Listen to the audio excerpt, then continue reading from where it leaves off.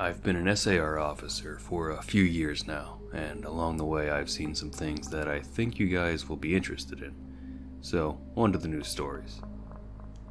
As far as missing persons go, I'd say about half the calls I get are related to that. The others are rescue calls, people who fall down cliffs and hurt themselves, get injured by fire. You wouldn't believe how often this happens, mostly drunk kids. Get bitten or stung by animals or insects. We're a tight team, and we have veterans who are excellent at finding signs of lost people. That's what makes these cases where we never find any trace of them so frustrating. One in particular was upsetting for all of us, because we did find a trace of them, but it just led to more questions than answers. An older man had been hiking alone on a well-established trail, but his wife called to say that he hadn't come home when he should have. Apparently he had a history of seizures, and she was worried that he hadn't taken his medication and suffered one out on the trail. Before you ask, I have no idea why he thought it was okay to go out alone, or why she didn't go with him.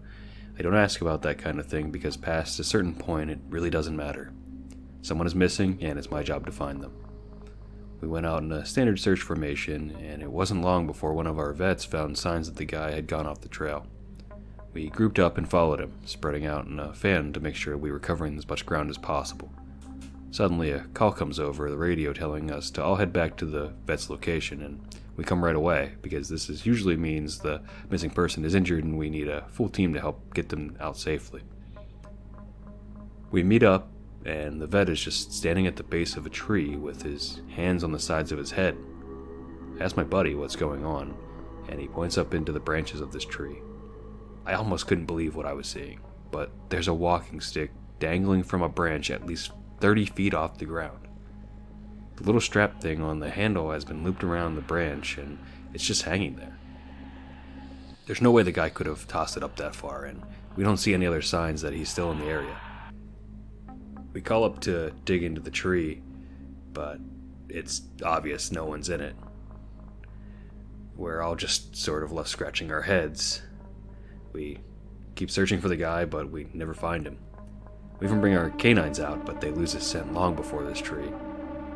Eventually the search is called off because there are other calls and we have to attend to, and past a certain point there's not much we can do. The guy's wife called us every day for months asking if we'd found her husband, and it was heartbreaking to hear her get more and more hopeless each time. I'm not sure why this call in particular was so upsetting, but I think it was just the sheer improbability of it, that and the questions that were raised. How the hell had this guy's cane ended up there? Did someone kill him and toss it up there as some weird trophy? We did our best to find him, but it was almost like a taunt. We still talk about that one from time to time. Missing kids are the most heartbreaking. It doesn't matter what circumstances they go missing under, it's never easy, and we always dread the ones we find deceased. It's not common, but it does happen. David Paulides talks a lot about kids SAR teams find in places they shouldn't be or couldn't be. I can honestly say I've heard about this kind of thing happening more than I've seen it, but I'll share one of the ones I think about a lot and that I witnessed personally. A mother and her 3 kids were out for a picnic in an area of the park that has a small lake. One is 6, one is 5, and the other is about 3. She's watching them really closely, and according to her, she never lets them out of her sight at any time. She never saw anyone else in the area either, which is important. She packs their stuff up and they start to head back to the parking area. Now, this lake is only about 2 miles into the woods, and it's on a very clearly established trail. It's almost impossible to get lost getting from the parking area to it, unless you're deliberately going off the path like an imbecile. Her kids are walking in front of her when she hears what sounds like someone coming up the path behind her. She turns around, and in the 4 or so seconds she's not looking, her 5-year-old son vanishes. She figures he stepped off the trail to pee or something, and she asks her the other two where he went. They both tell her that a big man with a scary face came out of the woods next to them, took the kid's hand and led him into the trees. The 2 remaining kids don't seem upset. In fact, she says later it seems like they've been drugged. They're sort of spacey and fuzzy. So, of course, she freaks out, starts looking frantically in the area for her kid. She's screaming his name. She says at one point she thinks she heard him answer her. Now, obviously she can't go blindly running into the woods. She's got the other 2 kids. so she calls the police and they send us out immediately. We respond and we start the search for him. Over the course of the search, which spans miles, we never find a single trace of the kid. Canines can't pick up any scent, and we don't find any clothing or broken bushes or literally anything that would signify a child being there. Of course, there's suspicion about the mother for a while, but it's pretty clear that she's completely destroyed by the whole thing. We looked for this kid for weeks, with a lot of volunteer help. But eventually, the search peters out and we have to move on. Volunteers keep searching, though, and one day we get a call on the radio letting us know that a body has been found and needs to be recovered. They tell us the location, and none of us can believe it. We figure it has to be a different kid. But we go out there, and about 15 miles from the site where he'd vanished, and sure enough, we find the body of a kid, the kid we've been looking for. I've been trying to figure out how this kid got where he did ever since we found him, and I've never come up with an answer. A volunteer just happened to be in the area because he figured he might as well look in places no one else would think to look, on the off chance that the body had been dumped. He comes to the base of a tall rocky slope, and halfway up, he sees something. He looks through his binoculars, and sure enough, it's the body of a little boy, stuffed in a little opening in the rock. He recognizes the color of the kid's shirt, so he knows right away it's the missing boy. That's when he calls it in, and we're dispatched. It took us almost an hour to get his body down, and none of us could believe what we were seeing. Not only was this kid 15 miles from where he'd started, there was no possible way he could have gotten up there on his own. This slope is treacherous, and it's hard even for us with our climbing gear. A 5-year-old boy had no way of getting up there, and I'm certain of that. Not only that, but the kid doesn't even have a scratch on him. His shoes are gone, but his feet aren't damaged or dirty. So it wasn't as if an animal had dragged him up there, and from what we can tell, he hasn't been dead that long. He'd been out there for over a month by that point, and it looked like he'd only been dead for at most a day or two. The whole thing was unbelievably strange and was one of the most disconcerting calls I've ever been on. Found out later that the coroner determined the kid had died from exposure. He'd frozen to death, probably late at night 2 days before we found him. There were no suspects and no answers. To date, it's one of the weirdest things I've ever seen. One of my first jobs as a trainee was a search op for a 4-year-old kid that had gotten separated from his mom. This was one of those cases where we knew we were going to find him because the dogs were on a strong scent trail and we saw clear signs that he was in the area. We ended up finding him in a berry patch about half a mile from where he had been last seen. The kid wasn't even aware that he'd wandered that far. One of the vets brought him back, which I was glad for because I'm really not good with kids and I find it hard to talk to them and keep them company. As my trainer and I are headed back, she decides to take me on a detour to show me one of the hotspots where we tend to find missing people. It's a natural dip in the land near a popular trail, and people usually move downhill because it's easier. We hike out there, it's a few miles away, and we get there in about an hour or so. As we're walking around the area and she's pointing out places that she's found people in the past, I see something in the distance. Now, this area we're in is about 8 miles from the main parking area, though there's back roads you can take to get closer if you don't want to hike that far. But we're on a state-protected land, which means there can't be any kind of commercial or residential development out here. Most you ever see is a fire tower or makeshift shelter that homeless people think they can get away with building. But I see from here that whatever this thing has straight edges, and if there's one thing you learn quickly, it's that nature rarely makes straight lines. I point it out, but she doesn't say anything. She just hangs back and lets me wander over and check it out. I get within about 20 feet of it and all the hair on the back of my neck stands up. It's a staircase in the middle of the fucking woods. In the proper context, it would literally be the most benign thing ever. It's just a normal staircase with beige carpet and about 10 steps tall. But instead of being in a house where it obviously should be, it's out here in the middle of the woods. The sides aren't carpeted, obviously, and I can see the wood it's made of. It's almost like a video game glitch, where the house has failed to load completely and the stairs are the only thing visible. I stand there, and it's like my brain is working overtime to try to make sense of what I'm seeing. My trainer comes and stands next to me, and she just stands there casually, looking at it as if it's the least interesting thing in the world. I ask her what the fuck this thing is doing here, and she just chuckles. Get used to it, rookie. You're gonna see a lot of them. I start to move closer, but she grabs my arm. Hard. I wouldn't do that, she says. Her voice is casual, but her grip is tight, and I just stand there looking at her. You're gonna see them all the time, but don't go near them, don't touch them, don't go up them, just ignore them. I start to ask her about it, but something in the way she's looking at me tells me that it's best if I don't. We end up moving on, and the subject doesn't come again for the rest of my training. She was right, though. I'd say about every fifth call I go on, I end up running across a set of stairs. Sometimes they're relatively close to the path, maybe within 2 or 3 miles. Sometimes they're 20, 30 miles out, literally in the middle of nowhere, and I only find them during the broadest searches or training weekends. They're usually in good condition, but sometimes it looks like they've been out there for miles. All different kinds, all different sizes.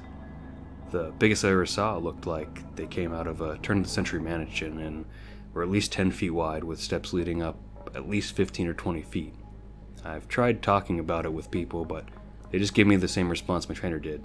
It's normal, don't worry about it, they're not a big deal, don't go close to them or up them. When trainees ask me about it now, I give them the same response. I don't really know what else to tell them. I'm really hoping someday I get a better answer, but it hasn't happened yet. This is another one that was less spooky and more sad. A young man went missing late in winter, when realistically no one should be going out that far in the trails. We close a lot of them, but some remain open year-round unless there's a shitload of snow. We did an op for him, but we had about 6 feet of snow on the ground. It was an unusually heavy snow year, and we knew it was likely we wouldn't find him until spring when the thaw came. Sure enough, when the first big thaw came, a hiker reported a body a little ways off the main trail. We found him at the base of a tree in a pile of melted snow. I knew right away what had happened, and it scared the living shit out of me.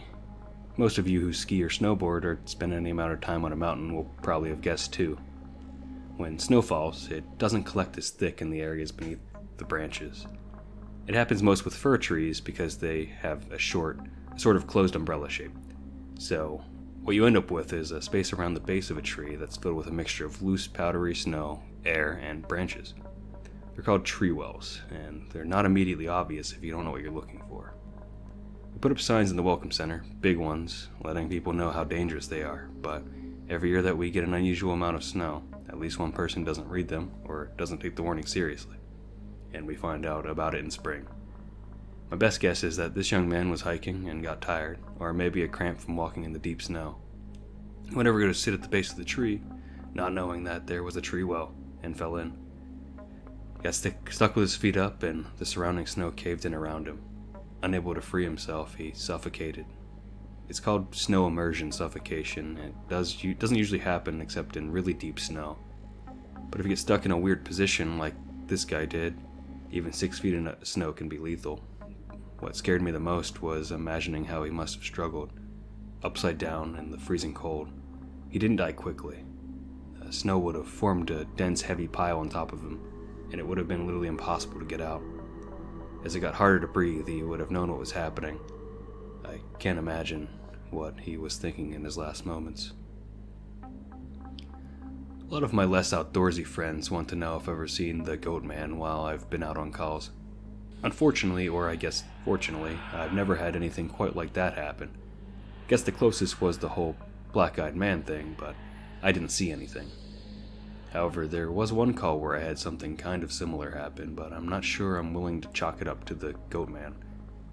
We got a report that an older woman had fainted along one of the trails and needed assistance getting back down to the main area.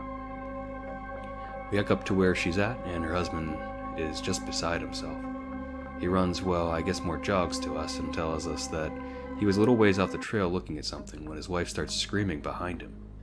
He runs back to her and she's passed out on the trail. We get her on a backboard, and as we're getting her down to the welcome center, she comes to and starts screaming again. I calm her down and ask her what happened. I can't remember verbatim what she said, but essentially, what had happened was this. She'd been waiting for her husband when she started hearing this really strange sound. She'd said it sounded sort of like a cat, but it was off, somehow, and she couldn't quite figure out why. She went a little ahead to try and hear it better, and it sounded like it was coming closer. She said the closer it got, the more uneasy she was, until she finally figured out what was wrong. I do remember this next part, because it was so weird that I don't think I could forget it if I tried. It wasn't a cat. It was a man saying the word meow over and over. Just meow, meow, meow. But it wasn't a man. It couldn't have been, because I'd never heard a man make his voice buzz like that.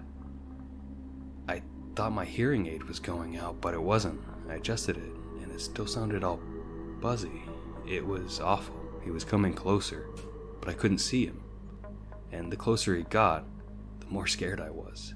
And the last thing I remember was a shape coming out of the trees. I guess that's when I fainted. Now obviously, I'm a little perplexed as to why a guy would be out in the fucking woods chanting meow meow at people. So, once we get down to the mountain, I tell my superior that I'm going to go search the area to see if I can find anything. He gives me the go-ahead, and I grab a radio and hike back to where she fainted. I don't see anyone, so I keep going about a mile more, and when I head back I go off the trail to see if I can figure out where she saw him coming from. It's almost sunset by this point, and I don't have any desire to be out at night alone, so I just sort of write it off and make a mental note to check it out again tomorrow. But as I'm headed back, I start hearing something in the distance. I stop, and I call out for anyone in the immediate area to identify themselves. The sound didn't come closer or get louder, but it sounded exactly like a man saying meow, meow, in this really odd monotone.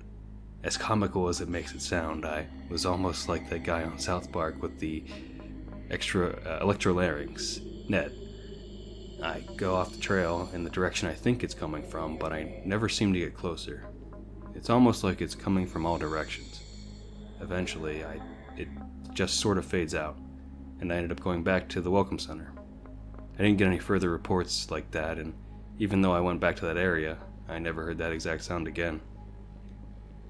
Suppose it could have been some stupid kid out there fucking with people, but even I have to admit, it was weird.